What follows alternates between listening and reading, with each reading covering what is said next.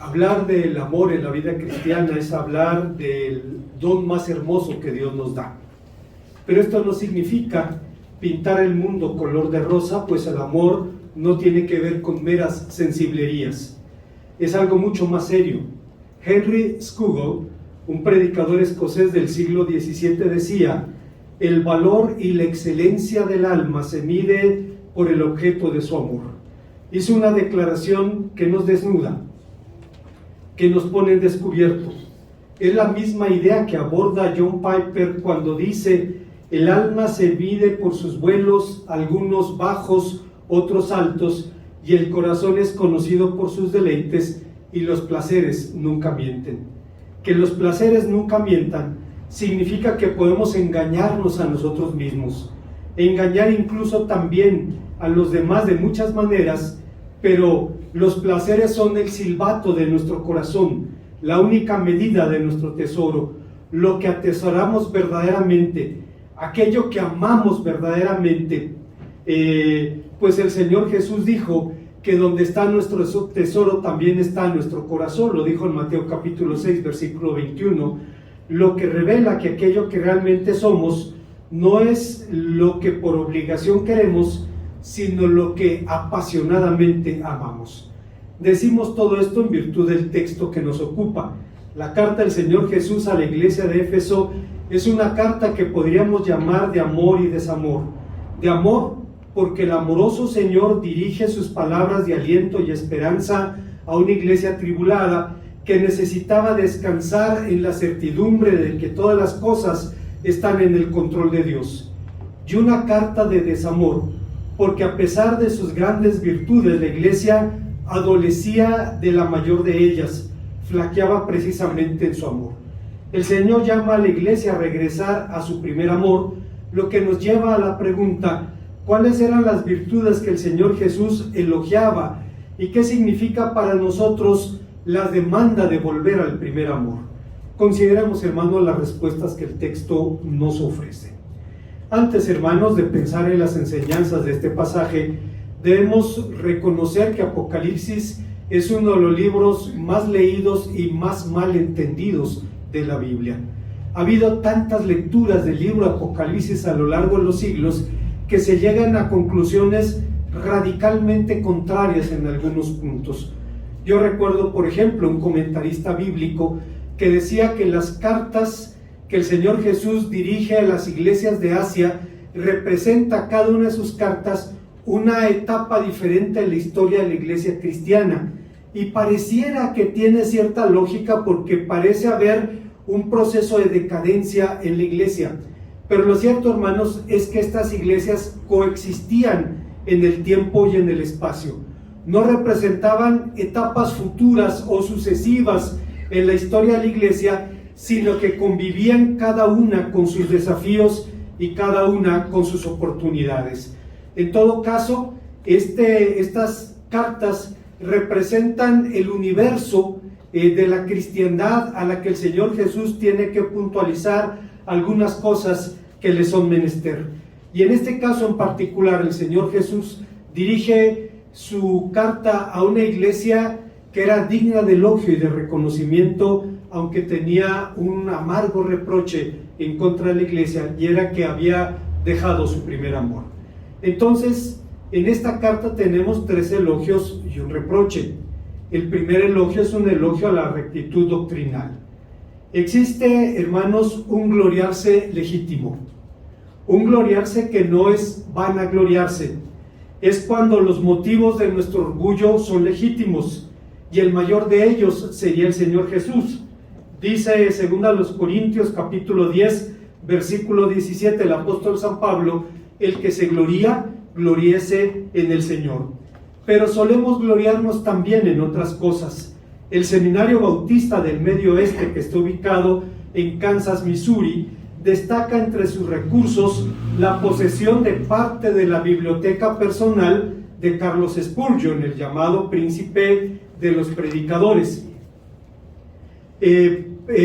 Pueden presumir de la posesión de un auténtico tesoro de reliquias bautistas, pero esto no es algo nuevo.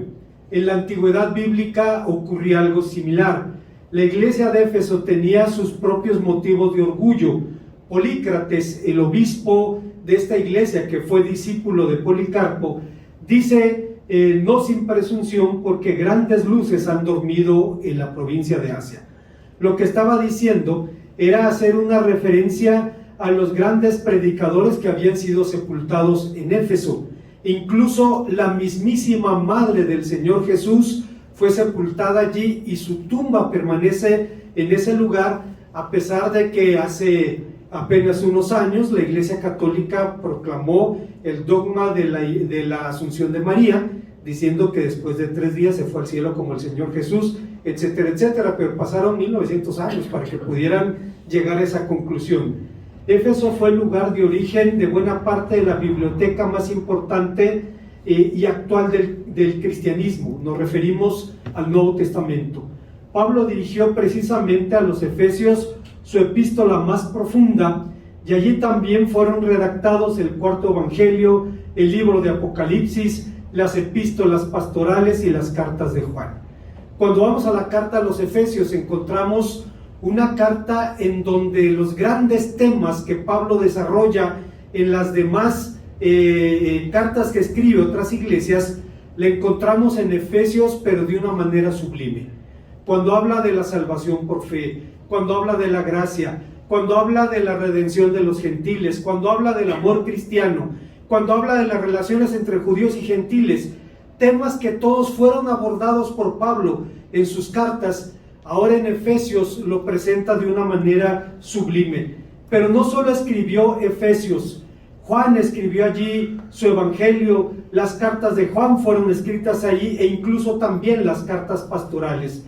La iglesia de Éfeso podía jactarse pues de ser la más apostólica de las iglesias apostólicas, porque fue fundada y pastoreada por el mismísimo apóstol San Pablo, y después por su hijo espiritual Timoteo, y también por el apóstol San Juan a finales del primer siglo.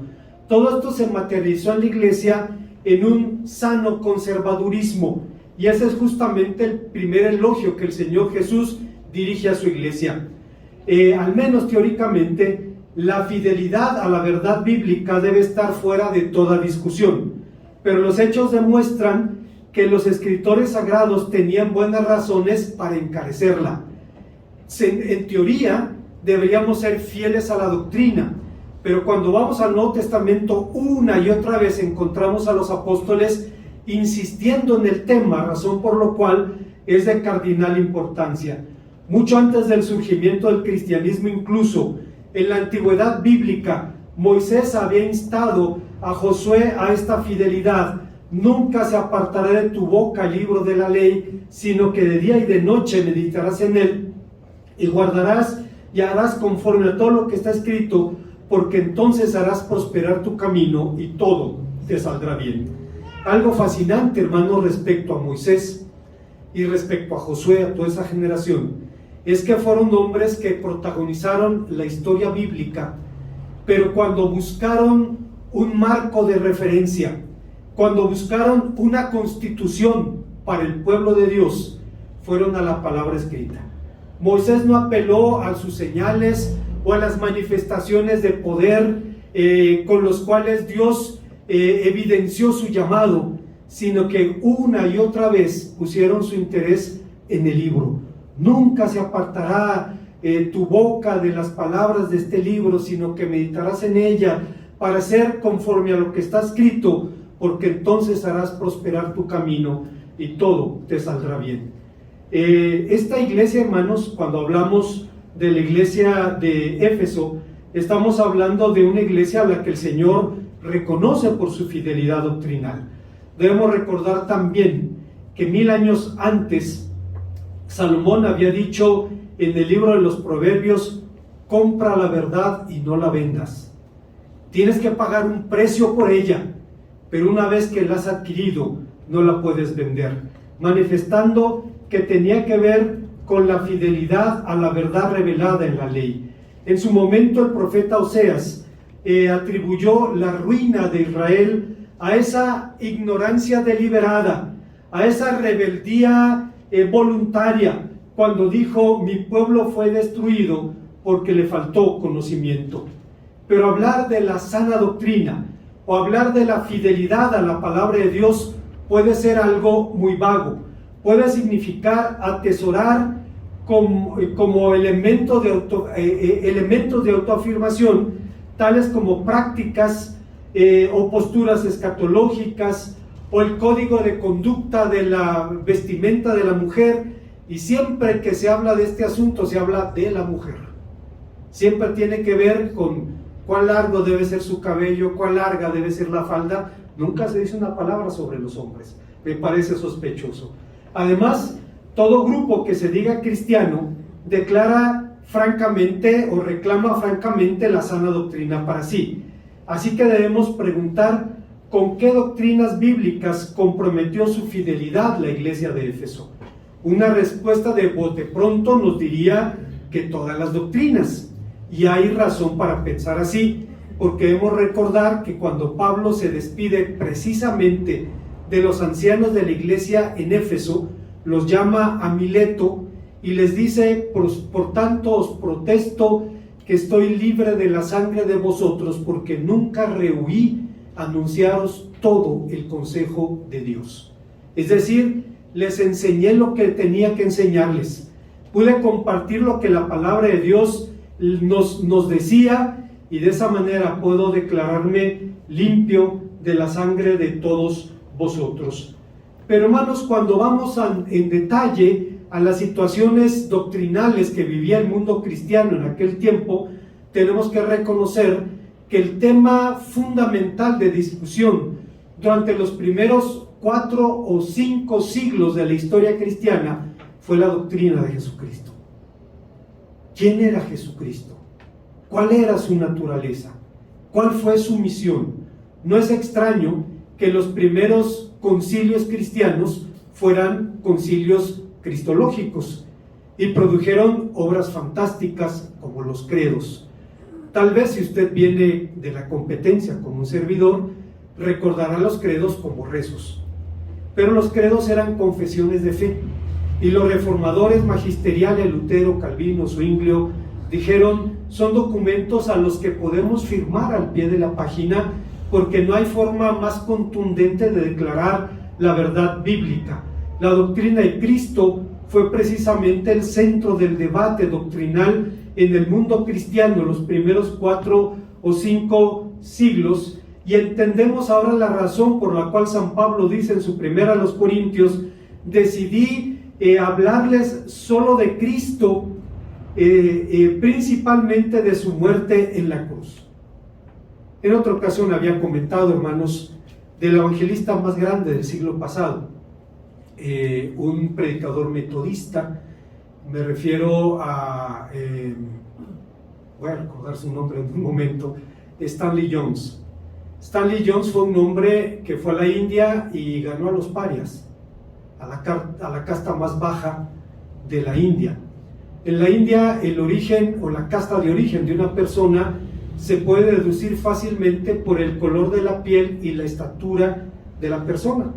Entre más bajita y más morena sea, es de una casta más baja, y entre más blanca y más alta sea, es de una casta más alta.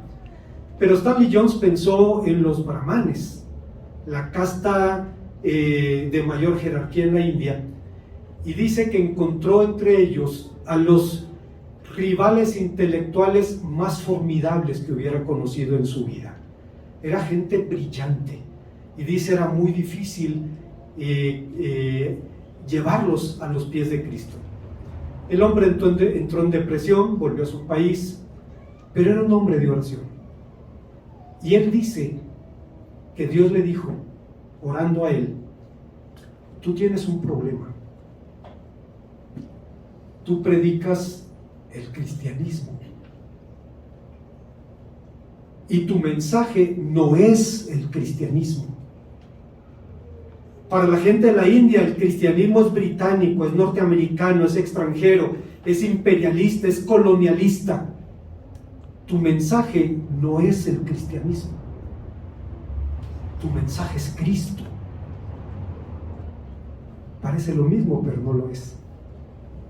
Y Stanley Jones dice, volví a la India proponiéndome no predicar otra cosa sino a Cristo y a este crucificado.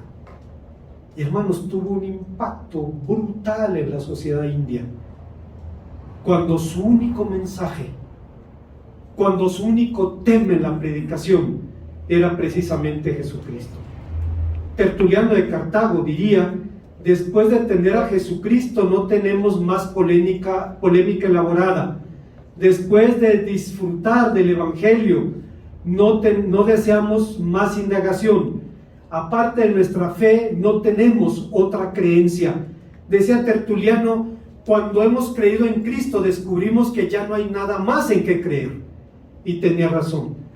Esta es la causa por la cual los primeros concilios fueron llamados cristológicos, pues bien pronto surgieron en la iglesia por propuestas cristológicas alternativas. Estaban las propuestas de otros Cristos, mientras los docetistas griegos, docetismo viene de la palabra doque, que significa parecer. Los docetistas decían que Cristo parecía un ser humano, caminaba como ser humano, hablaba como un ser humano, pero realmente no se encarnó nunca.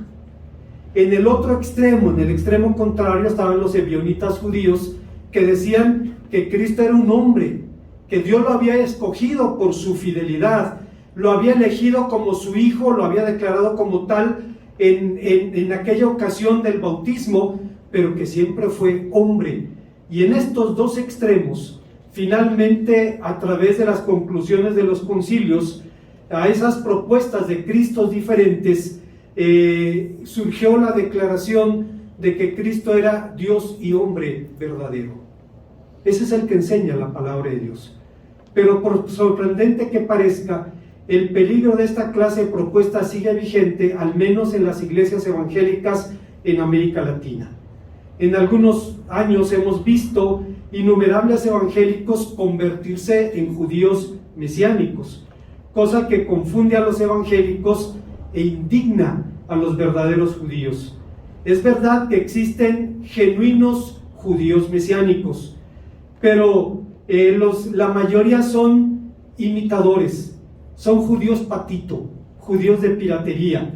En algunos casos, con apenas memorizar 2 veracot, 2 bendiciones, o aprender de memoria 3 consonantes hebreas, es suficiente para que esa persona vea a sus hermanos evangélicos por encima del hombro y los vea con desdén. El último aniversario que celebramos se presentó una persona así allá en el terreno, diciéndome, el problema de estas doctrinas es su fundamento. Le digo, ¿a qué fundamento se refiere? Sí, por ejemplo, a Dios le llaman Jehová, y Dios no se llama Jehová, no estamos de acuerdo en eso. Dios se llama Yahweh. Perdón, ¿de dónde sacó esa estupidez? La W no existe en hebreo, la W no existe en griego. ¿De dónde sacó ese sonido? ¿Usted sabe hebreo? Bueno, un poco. Y empezamos a platicar y resultó que era una persona que simplemente se aprendió las recetas que le dijeron, y esto me hace recordar una anécdota que he compartido en otra ocasión. Teníamos un curso de gramática hebrea hace unos años, y entre los discípulos había un chico que era evidente que estaba en la clase por razones místicas en el mejor de los casos, no por razones académicas.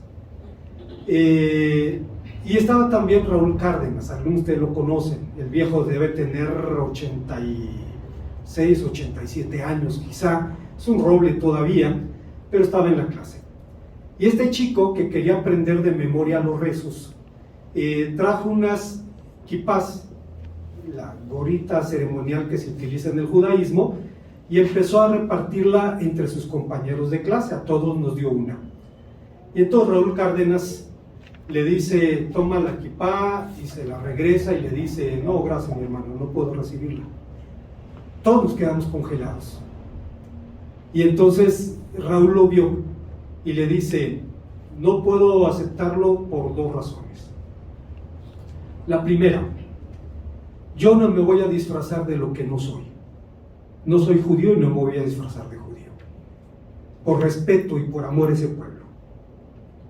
Y la segunda, le dice, La kipá es un símbolo de la autoridad de la ley de Moisés sobre la cabeza del varón judío.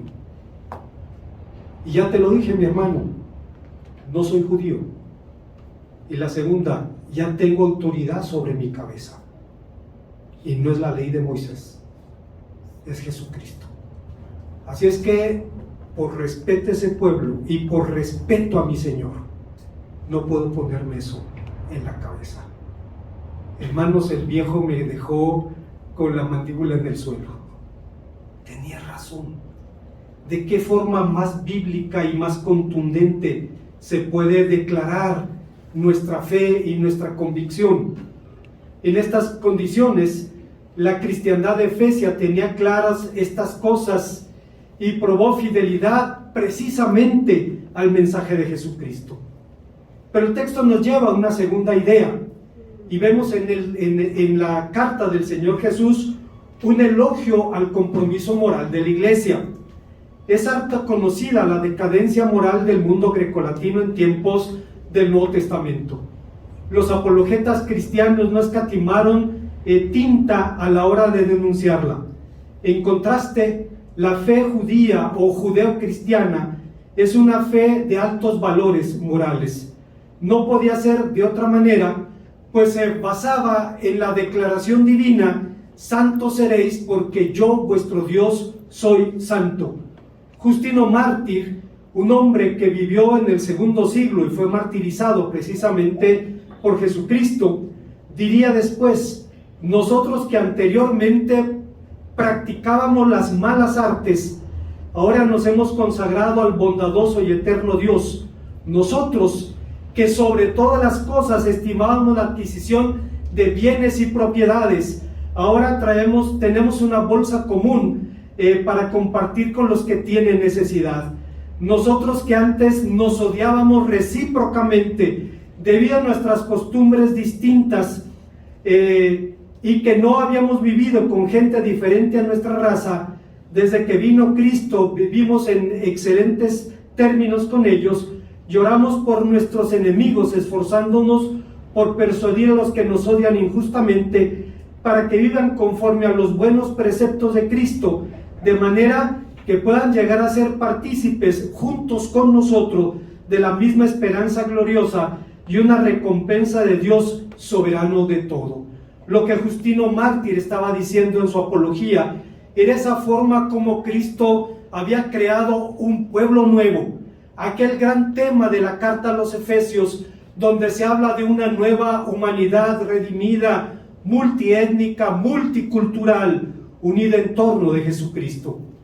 El grupo de los varones, hermanos, está tomando un curso de eclesiología los sábados, y es fascinante ver al autor, el hermano Dana, se apellida el autor, de cómo de principio a fin no quita el dedo del renglón respecto a la iglesia en torno a la persona y a la obra de Jesucristo. Él dice: podemos reunirnos miles, podemos decirnos cristianos, pero si no nos relacionamos con Cristo, no somos iglesia. La iglesia adquiere su esencia de Jesucristo. Y cuando vamos al Nuevo Testamento nos sorprendemos al descubrir que la iglesia no fue el gran tema de Jesucristo. Habló 2 veces de ella. Su tema era el reino, que tiene esa dimensión relacional, del que nos hace partícipes, del que nos permite formar parte. En estas condiciones, Justino Mártir decía esto: por supuesto, no todos los paganos eran iguales. Había también paganos morales, críticos severos de la decadencia moral del mundo de sus días. En las altas esferas de la sociedad grecolatina había moralistas como los predicadores cristianos denunciaban y deploraban la condición del mundo, no porque simpatizaran mínimamente con el cristianismo, lo veían como una amenaza, como una superstición peligrosa. Paralelamente, frente a las masas, el cristianismo se presentaba como algo especialmente abominable, por razones diferentes. Los cristianos eran acusados de canibalismo, se reúnen en secreto para comerse la carne de un tal Crestos. Eran acusados de ateísmo, no tenían imágenes de sus dioses y eran acusados de inmoralidad, pues tenían sus ágapes, sus fiestas de amor, que realmente eran comidas fraternales, pero el león siempre piensa que todos son de su condición. Y si los cristianos tienen fiestas de amor, pues deben ser orgías. Hermanos, hubo un tiempo en nuestro mundo evangélico, aquí en nuestro país, en que se nos acusaba exactamente de lo mismo. Adoran a una mujer desnuda. Los cristianos viejos sabemos eso. Los cristianos que tenemos décadas sabemos eso y lo llegamos a escuchar, así es que no es nuevo. De modo que nada de esto parecía augurar un futuro prometedor a los cristianos en la tarea de ganar el mundo.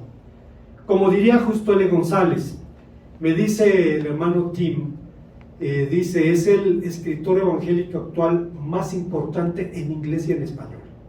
Es un cubano, Justo L. González. Dice, las normas éticas del cristianismo debieron ser por sí mismas un enorme obstáculo para su propio progreso. Las páginas de Tácito, Suetonio, Marcial, Juvenal, Petronio y otros escritores de este periodo muestran cuán bajo había caído Roma desde los días que había sido un pueblo de gente virtuosa y rústica. Abundaban referencias tanto en la alta sociedad como en los esclavos, informes sobre prostitución, adulterio, homosexualidad, infanticidio, preocupación excesiva por pan y circo, combates de gladiadores y lucha contra fieras feroces por dinero y el dominio sobre los demás sin reparo ni escrúpulo. Pero volviendo a nuestro texto, se cree que los malvados que la iglesia no podía soportar eran nicolaitas, grupo al que Apocalipsis condena pero no identifica. Se cree que era un movimiento de rasgos ético-doctrinales. Si se trataba de los mismos falsos apóstoles de Apocalipsis capítulo 2, versículo 2, debieron ser predicadores itinerantes que se hacían pasar por profetas o por apóstoles. Hermanos, hay un libro no canónico, contemporáneo de Apocalipsis, la Didaqué, que norma el trato de la iglesia con los predicadores itinerantes. Decía, si alguien llega a predicar, debe estar 3 días entre ustedes, nada más. No más que eso. Si quiere quedarse a vivir, que trabaje lo que sepa trabajar. Y si no sabe trabajar, enséñele a trabajar, para que no sea carga sobre la iglesia. Debieron ser gente así.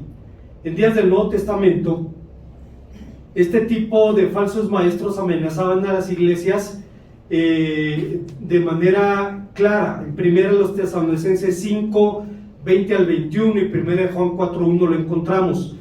Sobre el nombre y el origen tampoco hay unanimidad entre los autores primitivos, pues mientras Irineo, Epifanio decían que era Nicolás, el prosélito de Antioquía, de quien nos habla Hechos 6:6, otros como Clemente de Alejandría, Teodoreto y Eusebio de Cesarea negaban rotundamente esa asociación.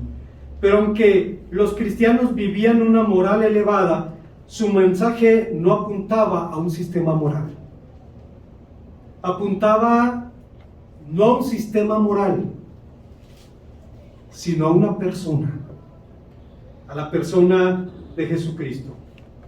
Oswald Chambers, un predicador del siglo pasado, diría que el secreto más maravilloso de la vida santa no consiste en imitar a Jesús, sino en permitir que sus cualidades perfectas se manifiesten en nosotros.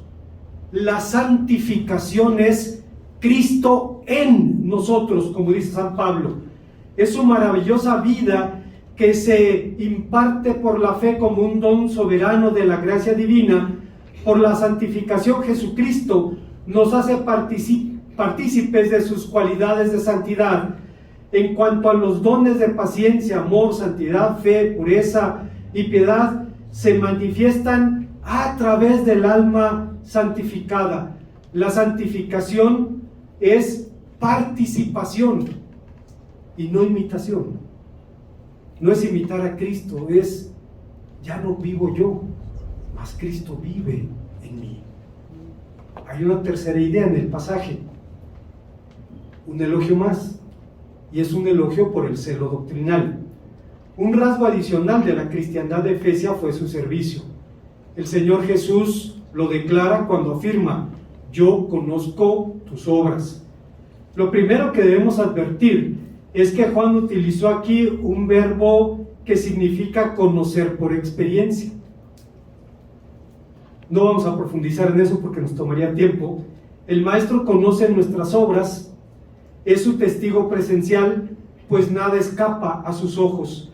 Tiene un conocimiento detallado de cada una de nuestras acciones, de cada una de nuestras palabras y de cada una de nuestras intenciones. En la Biblia, conocer las obras de alguien es frecuentemente una advertencia del juicio divino.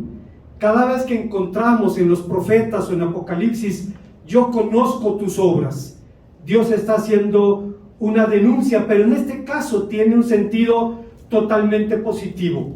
El Señor reconoce el celo de la iglesia, el celo ministerial. El pronombre tú en singular, que algunos dicen señalaba al pastor de la iglesia, alude más bien a cada creyente, personificado en un tú colectivo. ¿Pero a qué obra se refiere? Habla de su arduo trabajo. Y hermanos, la palabra trabajo aquí es el verbo griego kopon, del que viene nuestro adjetivo copioso. Cuando alguien suda copiosamente, o suda de dolor, o suda de estrés. Hace un momento vi a mi hermana Gloria sudar. Se sentó en la banca con un rictus de dolor. Y yo admiro y respeto a mi hermana cuando dice: tengo dolor, pero tengo que ir a la casa de Dios, porque necesito aliento, consuelo, esperanza. Es el verbo que se utiliza aquí. Describe un esfuerzo físico o mental, pues ambos pueden llevar al agotamiento. El trabajo que el Señor Jesús elogia era y sigue siendo un compromiso que absorbe la vida. Pero mucho cuidado, si nuestra visión del servicio es errónea, si nuestra motivación fundamental es incorrecta, el ministerio resulta agotador y frustrante. Cuando pensamos que a través del servicio obtendremos reconocimiento, gratitud, agradecimiento de la gente, estamos en el lugar equivocado. Recuerdo un consiervo que llegó aquí a la ciudad de Querétaro a pastorear un rebaño de machos cabríos. Y su primer diferencia con este grupo llevó al pastor a decir: no es mi trabajo estar batallando con ustedes. Tuve que pensar: hermano, debiste investigar antes a dónde venías a pastorear. Y segunda, si te conflictúan las crisis en la iglesia, estás en el lugar equivocado. Lo siento mucho, no es tu trabajo, forma parte del ministerio. Decía Carlos Spurgeon, hermanos, que el adversario utiliza los momentos de gozo, los momentos de victoria, dice, para dejar caer una gota de hiel en nuestra copa. Recordemos al profeta Elías. Derrotó los profetas de Baal. El pueblo gritaba: el Señor es el Dios. Imagínense cómo le llamaban. Hay un distanciamiento, el Señor es el Dios. Y cuando el profeta está exultante, recibe el mensaje de la reina de Israel que le dice: así me hagan mis dioses y aún me añadan, si mañana no estarás como uno de ellos. Y el hombre se derrumba, se va a la cueva de Oreb, al lugar donde todo empezó, al lugar donde Dios le habló a Moisés, su siervo. Y después de escuchar fuego y terremoto y rocas moviéndose fuera de la cueva, el profeta escucha un silbido apacible y delicado y sabe que Dios está allí y le dice: han matado a tus profetas, han derribado tus altares y solo quedo yo. Elías le dijo: Señor, estoy sosteniendo tu obra. Y Dios le dice: no, Elías, no la sostienes tú, la sostengo yo. Y tengo 7,000 varones, y yo creo que es un número simbólico. No creo que fueran 6,999, 7,000. Yo creo que es un número simbólico. Tengo un pueblo que sigue siendo fiel. Sal de esta cueva, unge a Hazael como rey de Siria y a tu sucesor, el profeta Eliseo. Cosa que efectivamente hizo. Bueno, hermanos, así sucede en el servicio cristiano. El arduo trabajo que el Señor elogiaba no consistía en superar estas fricciones que de cuando en cuando surgen en el seno de las iglesias, a lo que sorprendente Pablo consideraba como cosas realmente necesarias. Pablo dice: es preciso que entre vosotros haya diferencias para que se manifieste los que son aprobados. Tampoco, hermanos, eran cosas demandantes como la visitación, el evangelismo, la enseñanza, el discipulado. ¿De qué hablaba entonces el maestro? El autor de la epístola a los Hebreos arroja luz sobre esta expresión cuando dice: recuerdo en aquellos días pasados, cuando ustedes, después de haber sido iluminados, tuvieron una dura lucha soportando muchos sufrimientos. Unas veces fueron expuestos públicamente al insulto o a la persecución, otras veces se solidarizaron con los que fueron tratados de esa manera, se comprometieron también con los encarcelados y a ustedes les confiscaron sus bienes, los aceptaron con alegría, conscientes de que tenían patrimonio mejor y más permanente. Efectivamente, hermanos, la iglesia había sido perseguida y siguió siendo perseguida durante mucho tiempo. Esto ocurrió en la provincia de Asia, pero no solo los autores cristianos hablaron del sufrimiento de los cristianos, sino que Tácito los describía como un espectáculo dantesco. Su muerte fue cuestión de deporte. Se les cubría con pieles de animales salvajes, se les hacía despedazar por perros, o se ataban a cruces y se les prendía fuego para que sirvieran como antorchas durante la noche cuando la luz del día se desvanecía. De modo que la paciente resistencia de la primera generación de cristianos serviría de ejemplo a las siguientes, de estímulo y de ejemplo de no desmayar por el nombre del Señor Jesús. Y el Señor elogiaba eso de sus siervos. Pero hay una cuarta y última idea en este pasaje. Hay 3 elogios, pero hay un reproche, un amor decadente. Finalmente, después de todos los elogios, el gran pastor de las ovejas señala una falla en su iglesia. Cuando leemos las palabras: has dejado tu primer amor, surge de inmediato la pregunta: ¿a qué amor se refiere? ¿Al amor a Cristo o al amor a los hermanos? Un erudito del pasado dice al respecto: el fuego de un afecto se había extinguido, el ardiente entusiasmo de los primeros días había desaparecido. Los cristianos podían mirar atrás a los mejores días cuando su amor nupcial con Cristo fluía cálido, pleno y libre. Seguía siendo serios en sus doctrinas, activos en su servicio, pero habían desaparecido el verdadero motivo del culto y del servicio. Yo recuerdo en la iglesia donde me bauticé, había un hombre que tenía décadas en la iglesia y veía con burla a los nuevos creyentes. Sí, al principio todos somos así, andamos con la Biblia en la mano y predicando. Es nuevo. Cuando pase el tiempo va a entrar en la normalidad. La normalidad era una ortodoxia vacía. un culto vacío, la ausencia de relación con Cristo. Así somos cuando somos nuevos.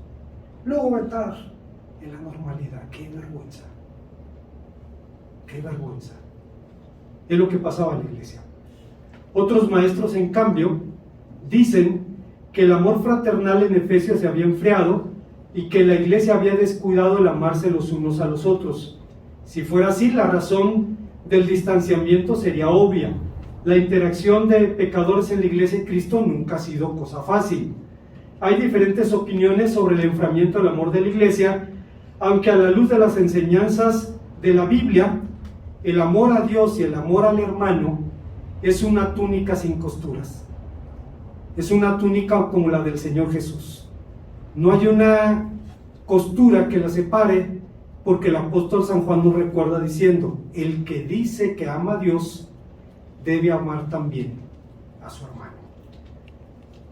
Como fuera, dejar el primer amor era una amenaza a la iglesia, una amenaza especialmente grave frente a la doble tarea que la iglesia cristiana tiene en el mundo. Hermano, la iglesia cristiana solo tiene dos tareas en el mundo, son las únicas. Y ahí se resume lo que usted quiera. Es demostrar el reino de Dios y extender el reino de Dios. Ahí usted incluye evangelismo, servicio, adoración, todo lo que usted quiera. Nuestra tarea es mostrar que el reino de Dios no es una utopía, no es un movimiento religioso, no es una idea política, no es un sueño de opio. Que el reino de Dios está donde Dios es el rey. Y la segunda tarea es extender el reino, dando testimonio de él.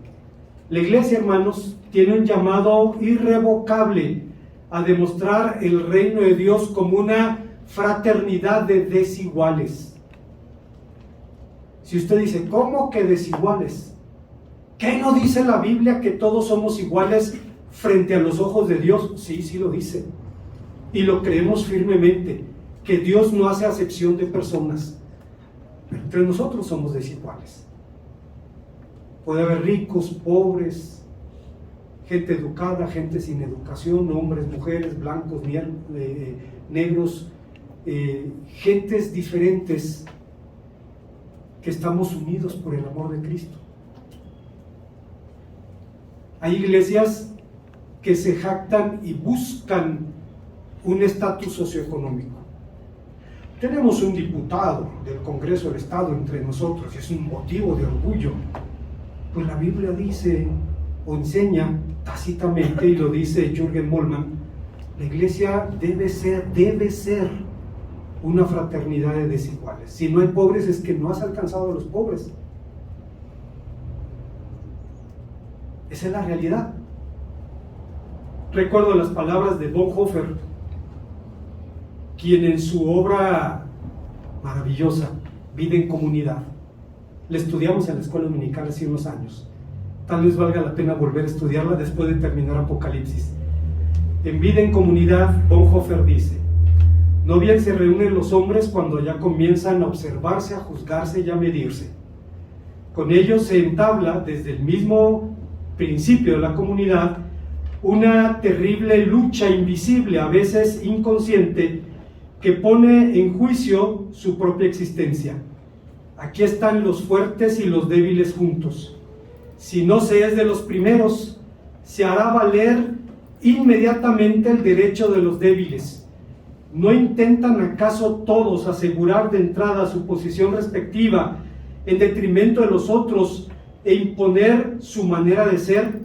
Sería necesario no ser hombres para no buscar instintivamente una posición segura frente a los otros. Pero la lucha que con todas las fuerzas y a la que no se renuncia bajo ningún precio está allí. Esta tendencia a afirmarse puede revestir las formas más civilizadas y piadosas, pero es importante que la comunidad cristiana se dé cuenta claramente que puede encontrarse en cualquier momento en la situación descrita por las palabras. Entonces comenzaron a discutir quién sería el mayor de ellos. Hermanos, ¿Dónde se discutió por primera vez este tema? En el seno del grupo apostólico. Sí, en la cena, exactamente. O sea, en el círculo más íntimo del Señor Jesús, ¿quién será el más grande en el reino? Hubo uno que le dijo a su mamá que le dijera al Señor que pusiera a sus hermanitos, a ella y a su hermanito a la derecha y a la izquierda del Señor Jesús. Y el Señor dijo, no saben lo que piden. No saben lo que piden. Esa lucha del hombre natural por su autojustificación, que le hace comparar, juzgar y condenar, la justificación del hombre por sí mismo y el hecho de juzgar a los demás, son inseparables, como la justificación por gracia y el servicio al prójimo que de él se desprende. Bonhoeffer tuvo una agudeza al decir, y tiene razón, hermanos, usted llega a una iglesia y empieza a ver con quién se va a relacionar, qué doctrina tiene, qué actitudes tienen los hermanos. Forma parte del instinto de supervivencia. Pero dice Bonhoeffer, la única actitud correcta con la que debemos llegar a la iglesia es la gratitud. Gracias, Señor, porque me haces parte de tu reino. De modo que el Señor Jesús llama a la iglesia al arrepentimiento, al retorno a la comunión. Lo hizo de forma clara y directa. Recuerda por tanto de dónde has caído y arrepiéntete y haz las cosas primeras, si no vendré a ti y quitaré el candelero de tu lugar. Ese llamado era imperioso porque la iglesia abandonaba la norma de vida que, según Tertuliano, hacía que los paganos reconocieran a los cristianos.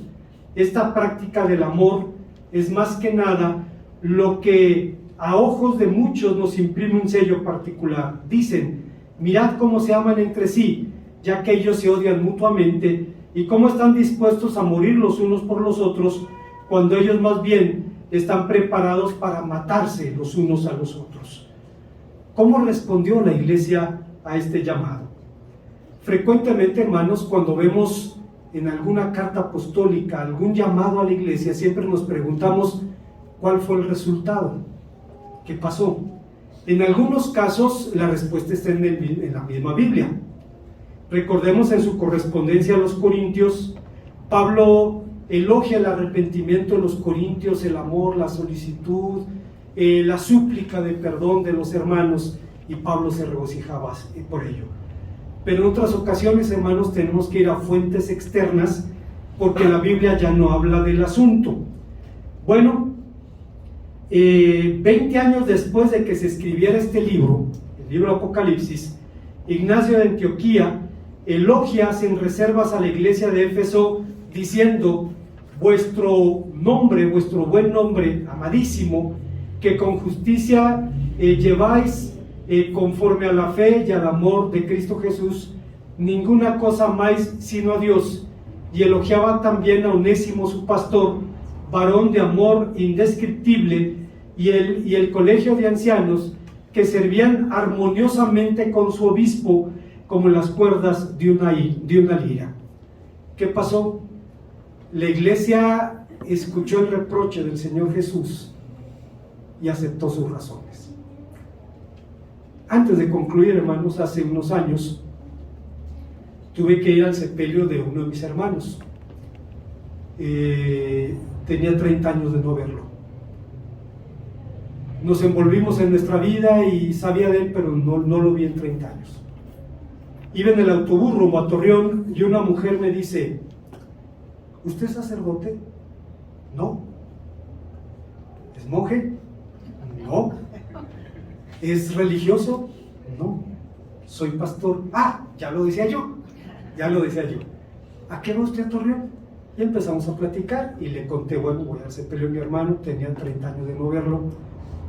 Y la mujer me puso una regañada. Y le dije: ¿sabe qué? Acepto su regaño. Tiene razón. Ahora estoy en la etapa de debí haber.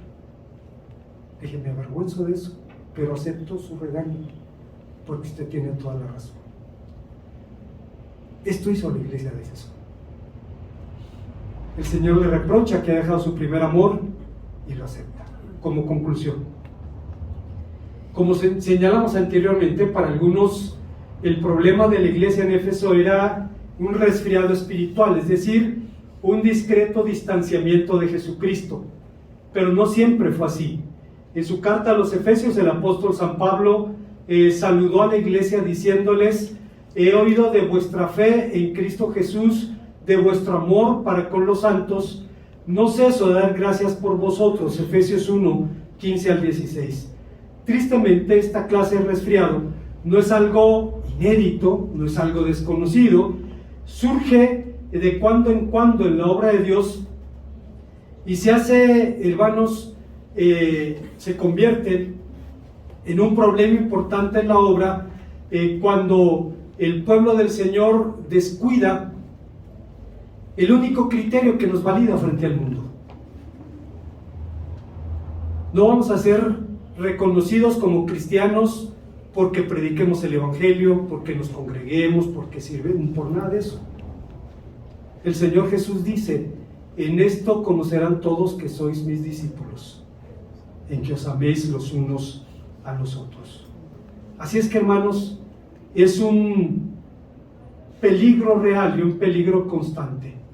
Por esa razón alguien dijo: el verdadero cristianismo no consiste en recordar el amor del pasado, sino en mantener ese mismo amor ardiente por Cristo, esta actitud reverente hacia Él. El pan puesto sobre la mesa de oro en el templo debía ser un pan fresco, no viejo. Así debe ser el amor cristiano, siempre nuevo, porque el amor es el alma del cristianismo. Cuando el cristianismo carece de amor hacia Cristo, se torna sin alma y en una realidad muerta. George Kemble Morgan, que fue pastor de la abadía de Westminster antes de Martin Lloyd Jones, decía: fíjense ustedes, ¿cuál ha de ser el amor de la iglesia por Cristo? La respuesta al misterio del amor es la sumisión del amor perfecto. El primer amor es dejarlo todo por amor a quien lo dejó todo. Siendo sinceros, todas las iglesias tenemos nuestros peros, más grandes o más pequeños, pero no estamos exentos de estas situaciones. Pero a los ojos de Cristo, el pero de la iglesia de Éfeso opacaba todas sus virtudes y amenazaba su subsistencia. La situación de la iglesia de Éfeso puede resumirse en una vieja canción mexicana, una canción de mi tierra. El día en que la mataron, Rosita estaba de suerte. De 3 tiros que le dieron, nomás uno era de muerte. Una falla tenía la iglesia, una sola, y era mortal. Era mortal. La situación, hermanos, es que en medio de esta situación, de esta realidad, el Señor Jesucristo es el que llama a la iglesia, el que hace posible la restauración. Así que en aras de nuestro regreso al primer amor, podemos unirnos a la plegaria del reverendo John Bloom, quien dice: nuestro Señor Jesucristo, confesamos nuestro terrible fracaso en amarte. Nuestros placeres nos han mentido y revelado que no hemos seguido al Dios Trino como nuestro mayor tesoro. No queremos que pase un día más permitiendo que nuestros corazones, nuestro amor languidezca en nuestros corazones en algunos sus rincones. Así que te pedimos, gran médico, que escudriñes nuestras almas, que conozcas nuestros corazones. Haz tus preguntas inquisitivas, no te ocultaremos nada. Haz lo que sea necesario para revivir nuestro amor en ti. No dejaremos descanso a nuestras almas hasta que no seas nuestro primer amor. Una iglesia, hermanos, digna de elogio. Existe en nuestro mundo evangélico el ranking de quién es quién en las iglesias evangélicas. Y hay iglesias muy altamente valoradas por sus números, sus ministerios, sus recursos, etcétera, etcétera. La iglesia de Éfeso sería la estrella resplandeciente del horizonte cristiano. Cristo elogia 3 virtudes de ella, pero le reprocha una falencia mortal.